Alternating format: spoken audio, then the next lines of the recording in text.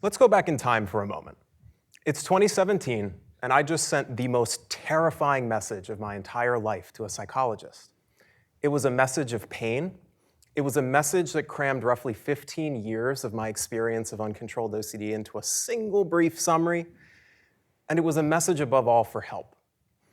I was terrified of everything that had to do with psychological therapy. I thought it was going to make me weak.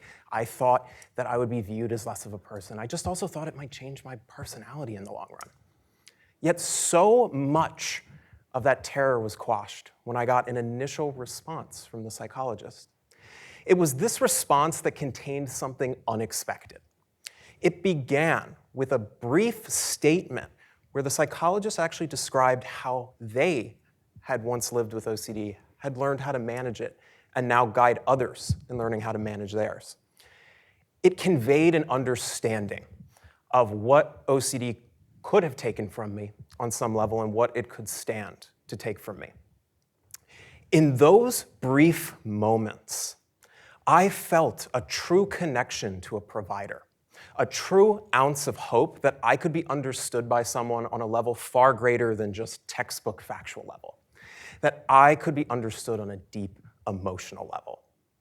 I leaped towards this. I leaped towards something I couldn't even fathom 15 years prior. And I remember the first visit quite fondly. Me on a brown suede couch with enough anxiety to power 3 city blocks for probably 50 years.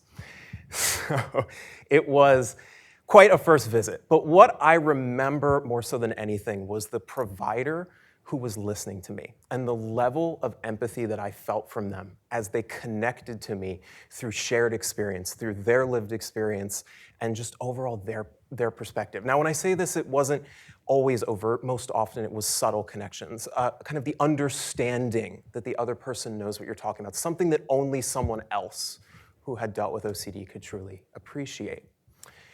And it was these feelings and this empathy that ultimately drove me forward in what would be about 1.25 years worth of treatment. And it was that empowerment that allowed me to come out on the other side and stand here today.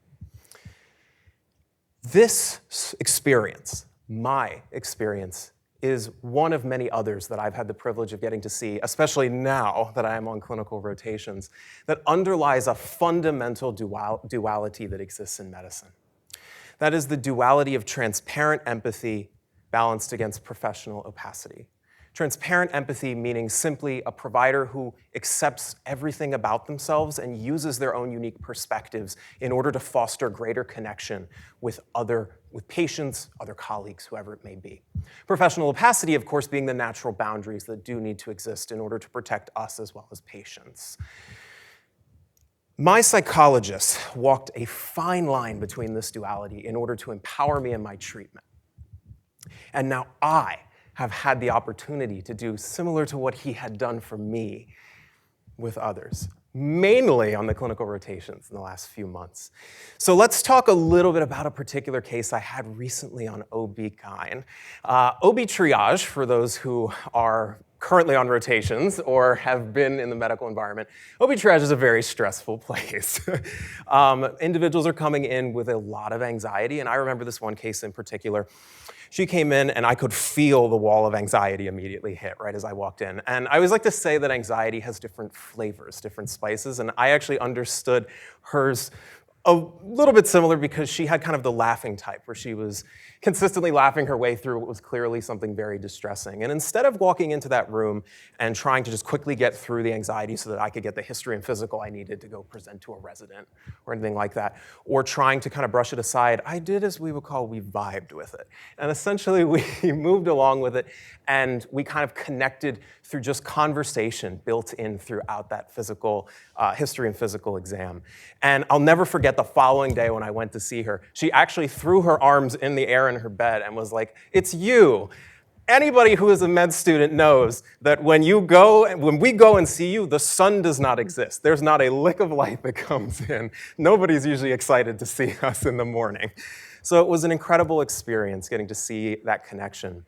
I just recently had a patient that I was working with where in the middle of what was really a long history because it was very complicated, we just started having a discussion about eyesight and how it tends to just seem to want to decline as we get older.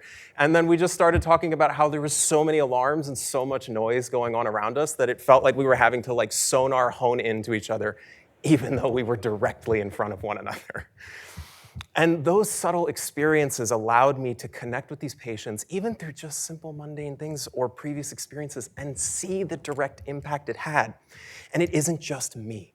I was with a wonderful physician during part of my current IM rotation, who in the middle of rounding with the patient was like, "Do you ride motorcycles?" And the patient did, and the connection they fostered immediately was incredible. It was amazing seeing this patient light up and how fascinating it was. And I think this underlies an even more fundamental concept that exists within this duality. And it's that as doctors, we're dealers of facts, but patients are fueled by feelings.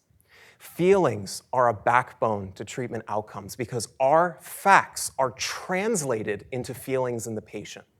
And when we don't take the time to account for those feelings, we're missing a major piece of the puzzle. So how do we respect this duality? How do we appreciate the value of feelings in healthcare? Very complex topic, but it comes down to three fundamental things, and then many others as the gray nature of medicine. The first is, as a provider, accepting oneself fully in the experiences we've been through. It's very easy as individuals in this professional field to get down on yourself and to feel you need to be some embodiment of perfection, that you're striving for some sort of goal, some sort of factor that may not be based in reality. We oftentimes view negative things that happen in our lives as negatives that we really shouldn't acknowledge, but in reality we should. That time that you had a fight with your mom, or you had to live with your mother-in-law for 5 years, or a period of time where you had to battle a mental illness. These experiences give you unique perspectives. They give you unique aspects that you can connect to patients with, whether that's subtle, overt, or anything otherwise. It makes you a better provider. It makes you more fit, not less fit. The second is a willingness to share those experiences in an appropriate way.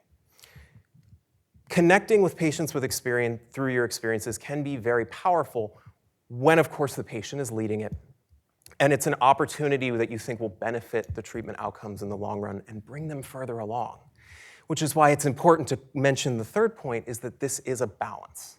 This is balanced against our natural professional opacity that we need.